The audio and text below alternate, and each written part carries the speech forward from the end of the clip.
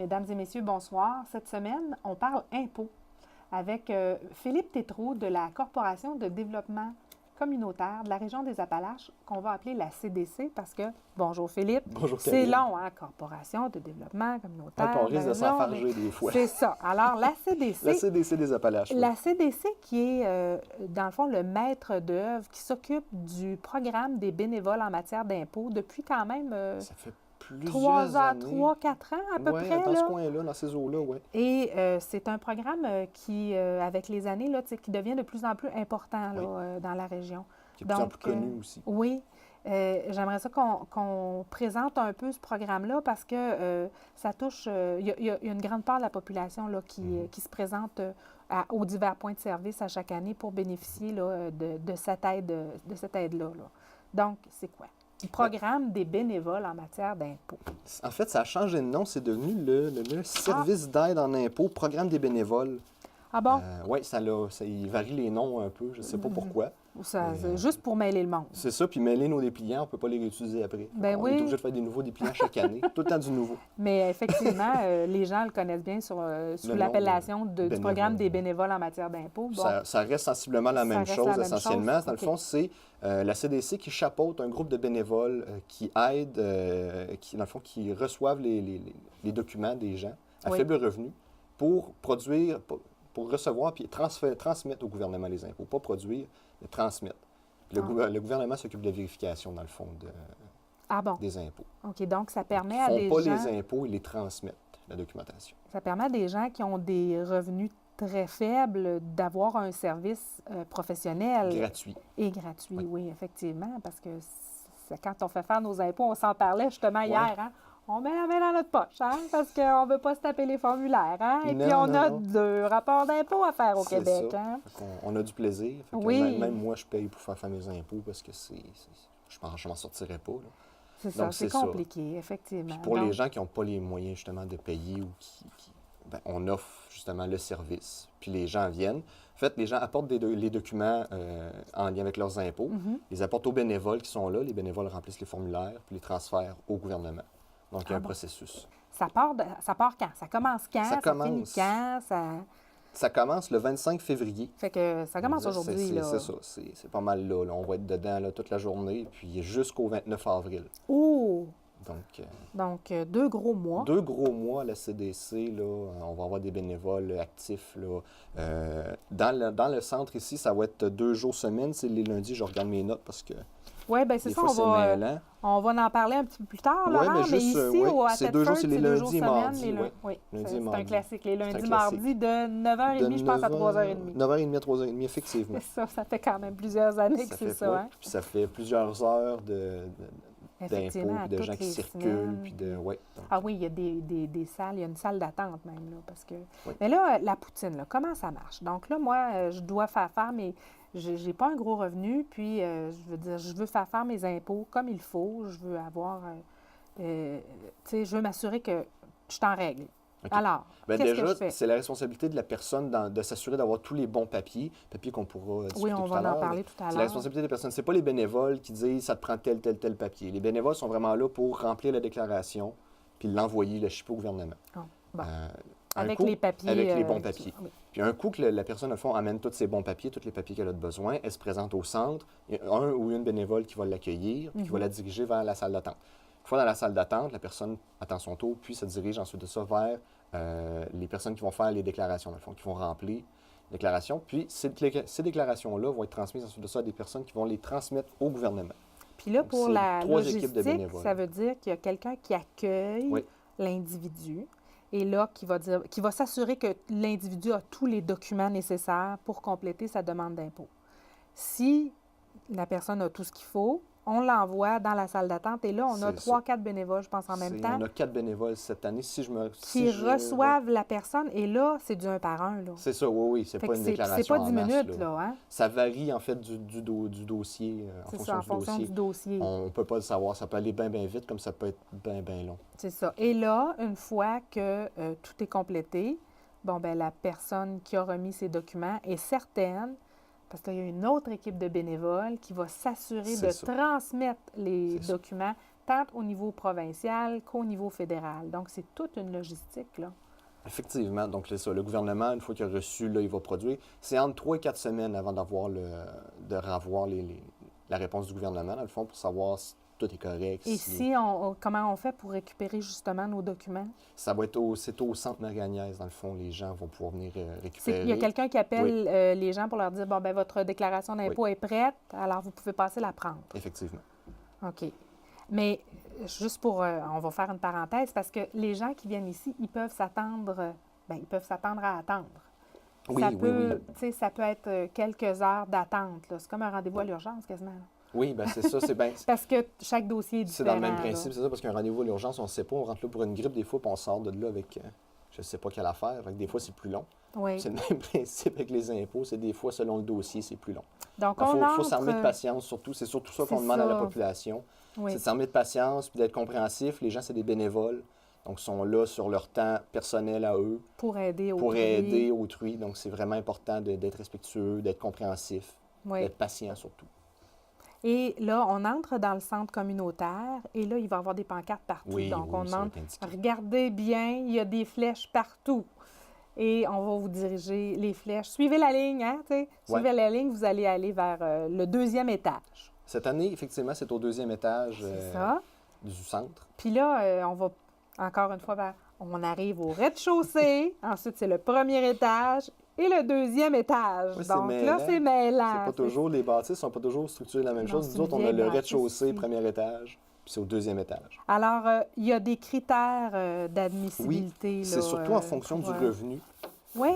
Alors, moi, je ne pourrais pas venir ici pour faire mon rapport d'impôt. Bien, je ne sais pas combien tu gagnes, mais tu pourras me le dire. Je vais t'avoir donné les critères. D'accord. Mais dans le fond, c'est surtout, comme je disais, les revenus à ne pas dépasser. Une personne seule, donc pas d'enfant, pas de conjoint. Bon, non, ça ne s'applique pas à moi. Donc, c'est 25 000 maximum. Pour un couple, c'est 30 000. Chaque personne à charge supplémentaire, c'est 2 000 supplémentaires, donc 32 000, 34 000. Un adulte avec enfant, c'est 30 000. Puis, un adulte avec enfant qui a une personne à charge supplémentaire en montant, c'est 2 000 de plus également. Bon. De toute façon, si on n'est pas certain que ça s'applique à nous, on appelle à la CDC. À la CDC. Je vais demander à mon collègue s'il peut mettre le numéro de téléphone dans le bas ici là, de l'écran. Là. On appelle à la CDC. En fait, il y a un numéro attitré aux impôts. C'est un numéro qui change à chaque année, qu'on prend exclusivement pour la ligne pour les impôts. Et on appelle à ce numéro-là pour toute information. Pour les impôts. Donc, tu peux le répéter, le 418-755-0574. 0574. Donc, toute information, on appelle. OK. Puis pendant toute la période des impôts, les gens peuvent venir de toute façon chercher des pamphlets, des dépliants. On a des petites cartes d'affaires aussi avec les coordonnées. Donc, les gens peuvent venir c'est rendu big, là, hein? Bien, on essaie d'être accommodant pour le plus de gens possible. Puis, c'est sûr qu'un dépliant, je ne sais pas si tu en traînes beaucoup dans tes poches. Moi, non. Donc, les cartes d'affaires, par contre, j'en ai plus dans mes poches. Donc, on a cette formule-là qui est agréable et qui est aimée aussi des gens. Ça s'installe mieux sur un comptoir aussi. Dis-moi donc, là, je voyais sur ta feuille, combien vous faites de dossiers par année? C'est les dernières statistiques que je m'étais fait donner, c'était environ 1600 dossiers qu'on avait traités. Donc, c'est 1600 personnes différentes, là. Effectivement. Donc, ça fait beaucoup de dossiers à traiter. C'est pour ça qu'on disait tantôt que c'est une grosse logistique, c'est beaucoup de temps. Puis même les bénévoles, eux, sont là sur le temps. Puis les gens de la CDC aussi, on travaille aussi pour coordonner tout ça. Donc, oui, c'est une grosse période dans l'année. Oui, c'est une grosse période pour nous qui débute aujourd'hui, comme tu disais. T'en as d'autres? Je te regarde là, lire sur ta feuille. T'en as-tu d'autres informations comme ça à nous donner? Là, Bien, pour ceux qui se demandent, l'équipe des bénévoles, c'est qui? C'est pas n'importe qui qu'on ramasse là, sur le coin de la rue. Il y a des vérifications d'antécédents judiciaires qui sont faites pour s'assurer que la personne est en règle. Il y a des formations de l'Agence de revenus du Canada qui sont données en ligne pour les bénévoles pour qu'ils soient capables là, de faire les tâches là, qu'ils ont à faire pendant la déclaration puis la transmission. Donc, ils sont tous capables de faire les tâches avec les impôts. Ils sont formés pour ça. Puis, est-ce que les bénévoles reviennent d'une année à l'autre?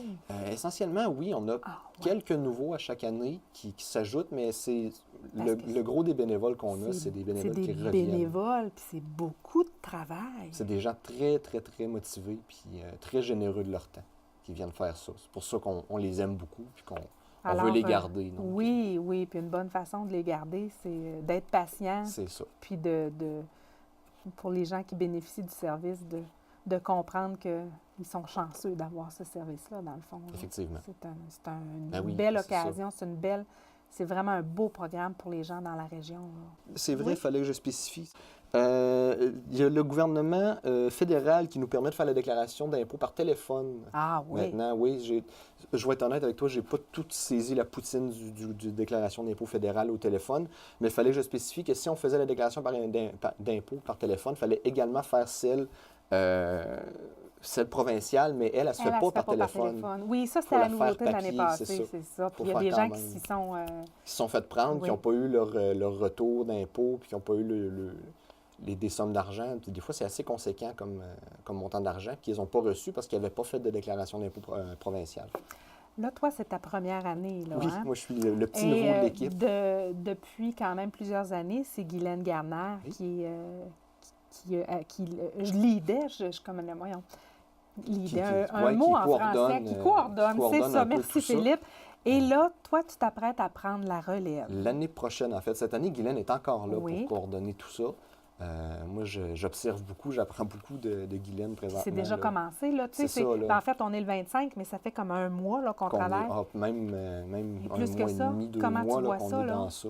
C'est beaucoup d'ouvrages. C'est beaucoup d'ouvrages, juste de préparation. Il y a beaucoup de choses à penser, à prévoir, parce qu'on n'a pas juste Thetford comme point de service. Là, on va en reparler aussi tout à l'heure. Mais il y a beaucoup de choses à penser. Puis, les dépliants, il faut les faire faire. Les cartes d'affaires, il faut les faire faire. La publicité qu'on a à faire, qu'on a passée dans le journal il y a quelques semaines. Il faut aller porter des documents à chaque point de service. Effectivement. Ça, on a la chance, au niveau des points de service, d'avoir des gens engagés ou des gens qui sont dans les municipalités qui nous aident et qui se déplacent pour nous. Là. Bon. C'est un gros avantage qu'on a. Mais c'est ça, c'est très chargé comme tâche de travail. Donc, je suis content que Guylaine soit là pour me le montrer.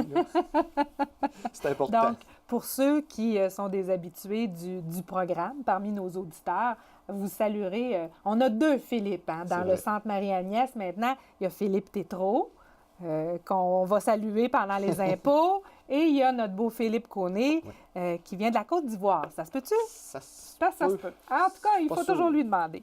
Là, on a quand même du temps devant nous parce que il y a on doit penser à beaucoup de documents. Puis là, on a eu François Descaries de l'ACFABE qui est venu dernièrement nous parler de ça et il nous disait il faut vraiment insister, c'est vraiment important de mentionner aux gens quels sont les documents requis pour la déclaration d'impôt pour les bénévoles. C'est sûr que là, tu as toute une liste. On va les étudier, mais ces documents-là, c'est pas tout le monde qui a. Tu sais, par exemple, un étudiant là, aura un document qu'un retraité n'aura pas. Là. Non, effectivement. Bon. C'est pour ça qu'on spécifie, c'est très important que ce soit la responsabilité de la personne qui veut faire ses impôts d'emmener les documents, puis d'emmener tous les bons documents, parce que les bénévoles ne le sauront pas.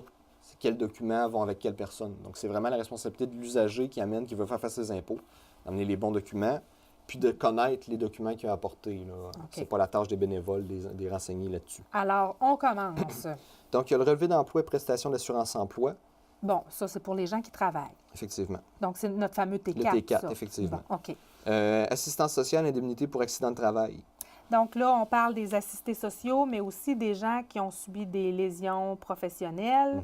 Donc, ça, c'est des documents qui viennent, qu'il y en a qui doivent venir de la CNESST, là. Hein? Probablement.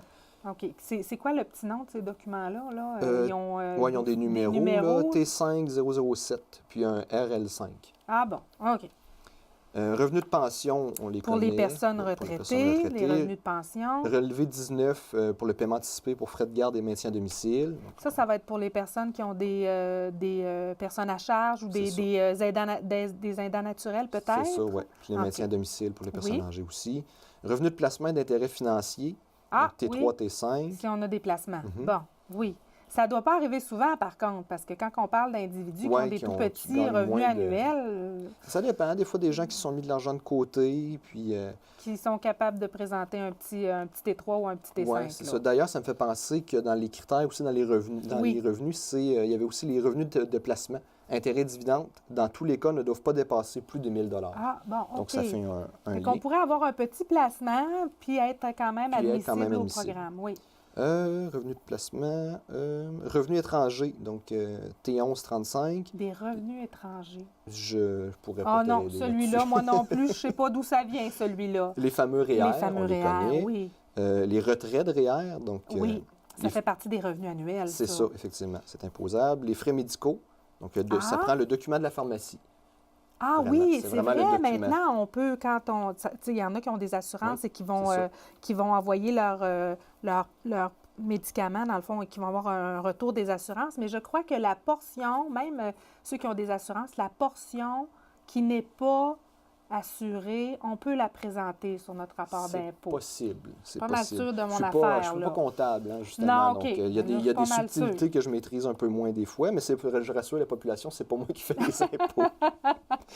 Donc, les frais médicaux, documents de pharmacie, c'est ça, c'est important. Les frais d'optométriste, de dentiste, etc. Ah, OK. Donc vraiment, at large, tous les documents médicaux, santé, etc. Ça.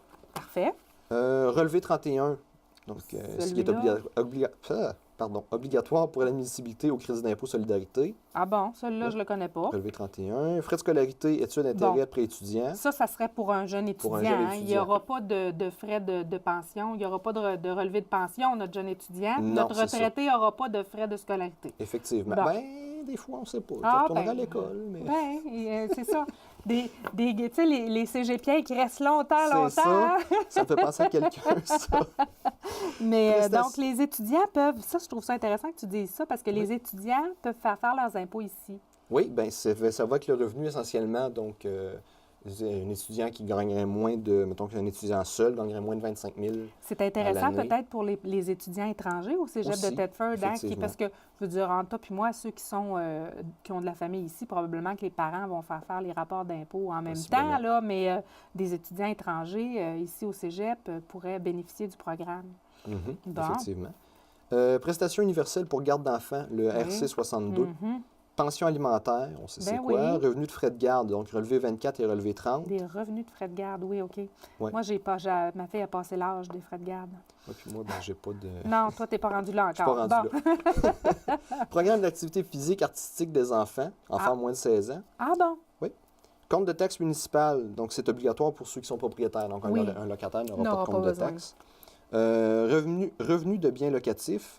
Ça, c'est si on a un appartement. Si on a un appartement. Si on a un appartement ou si on possède un immeuble logement, locatif. En fait, un plex, là. Donc, on a les revenus.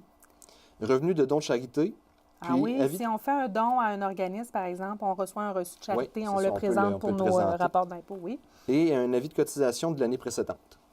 Un avis de cotisation de l'année précédente. Donc, l'avis de cotisation de l'année qu'on a reçu. OK. Donc, alors, ça fait énormément de documents à penser. Beaucoup de documents. On a, comme je disais à la population, là, on a à leur disposition les pamphlets. On en a plusieurs copies qu'on peut donner, distribuer, qui sont des aides-mémoires dépenses bêtes. On a la page Facebook de la CDC, on en parle. Dans le journal, on va avoir la liste des documents. Mais c'est sûr que l'individu qui n'est pas sûr de son affaire, s'il vient, qui amène tous les documents qu'il pense qu'il a besoin, là, et la personne qui va le recevoir va lui dire, ben non, il vous manque telle chose et telle chose. Donc, la personne peut revenir. Bien, si c'est des documents de base, comme on dit, on va le savoir. La personne va le savoir parce que c'est des documents qui sont obligatoires pour la transmission. Oui. Mais exemple, frais médicaux, le bénévole ne le saura pas, si on a des frais médicaux. C'est pour ça qu'on dit, le bénévole, il connaît la poutine de base, pour reprendre ton expression tout à l'heure, mais il ne connaîtra pas le passé, l'histoire, j'allais dire background, mais je cherche en français, l'histoire, effectivement. C'est ça. Donc, c'est vraiment la responsabilité, puis on veut vraiment donner la responsabilité à la population d'emmener les documents. Ces pamphlets-là, là, dans lesquels sont inscrits tous les documents qui peuvent être nécessaires, il est disponible où? Dans tous les points de service, il est censé en avoir. On en a donné à plusieurs partenaires là, sur le territoire. Puis il y en a aussi à la CDC, bien entendu. OK. Puis si on appelle au numéro, là, oui. On va nous dire où aller se le procurer. Là. Si on habite, par exemple, à Beaulac-Gardé, puis qu'on dit où est-ce que je peux trouver ce pamphlet-là, bien, on appelle au numéro et on va nous dire vous allez à tel endroit, tel jour, etc. Bon. Bien, justement, les points de service, si on en parlait, parce que là, ça aussi, c'est surprenant. c'est pas juste à Thetford Mines. Non, c'est partout sur le territoire de la MRC. Bien, on se développe tranquillement pas vite. Cette année, on a rajouté un point de service. On en avait 4 déjà, on est rendu à 5. Donc, le principal point de service, c'est à la CDC. À la CDC. Au 37 rue Notre-Dame-Ouest.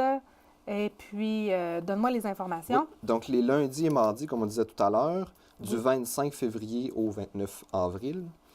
Donc, on prend les impôts au centre. Alors, donc, on se présente entre 9h30 et 15h30. Et 15h30, effectivement. Et c'est tous les lundis et les mardis. C'est ça. Ensuite de ça, on a un point de service à Disraeli, au CLSC d'Israëli, donc 245 avenue Montcalm à Disraeli. C'est tous les lundis, du 25 au 29, de 9h à midi et de 13h à 15h30. Oh, la CDC, est-ce qu'il y a une heure de dîner? La CDC, il y a pas mal tout le temps quelqu'un à l'accueil. Oh, d'accord. Normalement, on devrait être bon, mais... C'est sûr que ça doit ralentir sur l'heure du dîner, oui, parce que les bénévoles, il faut qu'ils aillent manger. À tour de rôle, mais on a une grosse équipe. Tandis qu'à Disraeli, ils sont moins nombreux. Donc, on a la chance à Thetford d'avoir une grosse équipe de bénévoles, puis les locaux adéquats. Oui. Des fois, c'est Oui, effectivement, au CDC, ils ont juste une salle, là, donc c'est plus limité CLSC, en espace. À Disraeli ou CLSC, oui. Alors, les lundis à Disraeli. Le service d'aide à East Broughton, à la salle du conseil municipal, donc 610e avenue Sud, à East Broughton Station. Oui. De 13h à 15h30. Et les mercredis aux 2 semaines. Ah, d'accord. C'est pas toutes les semaines. Non, East Broughton, c'est pas toutes les semaines. Donc, le 27 février, le 13 et 27 mars, le 10 et 24 avril. Donc, c'est important de l'avoir, ce pamphlet-là. C'est très important d'avoir ce pamphlet-là pour avoir toutes les informations. Oui. Parce que c'est ça, c'est un des principaux D'ailleurs, moyens on peut aller sur le site web de la CDC, sur la page Facebook. La page Facebook, principalement, c'est plus facile. Le site web, il n'est pas dessus, le pamphlet, si je me rappelle bien. Alors, mais il va être sur la page Facebook. Donc, pour nos auditeurs aussi, on s'organisera pour l'indiquer sur notre site web, donc au www.tvcra.com. Donc, vous pourrez retrouver ces informations-là sur notre site web. Alors, East Broughton. Oui, ensuite, on avait Thetford Mines, on en a parlé. Oui. Ensuite, on a le service d'aide à Beaulac. Oui. Donc, c'est au Centre d'action bénévole Concertation. Oui. Donc, le 9 rue de la Chapelle à Beaulac-Garbé.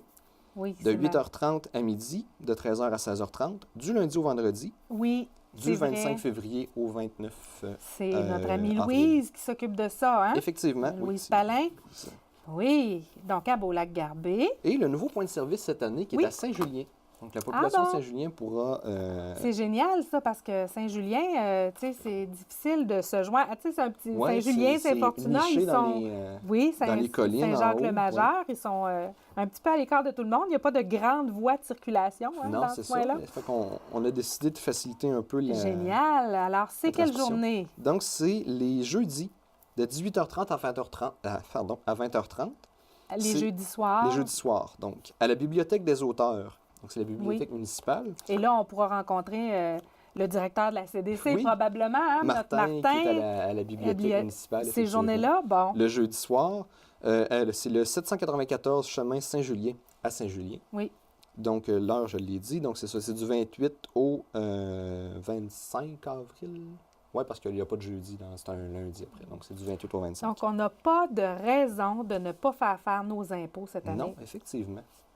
On a plusieurs points de service, puis on se développe, là, c'est ça, on développe le service là, vraiment sur l'ensemble du territoire. Donc c'est sûr qu'on vise, là, on a des cibles, là, puis des points vraiment là, stratégiques, là, qu'on se dit, là, ça vaudrait la peine, ça serait intéressant de développer dans ce coin-là. Tout à fait.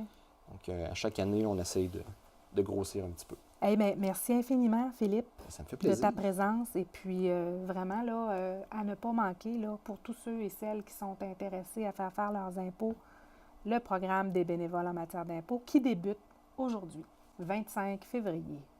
Alors, merci Philippe, encore une fois. Merci beaucoup. Quant à nous, mesdames et messieurs, on se retrouve la semaine prochaine pour un autre Zoom Appalaches.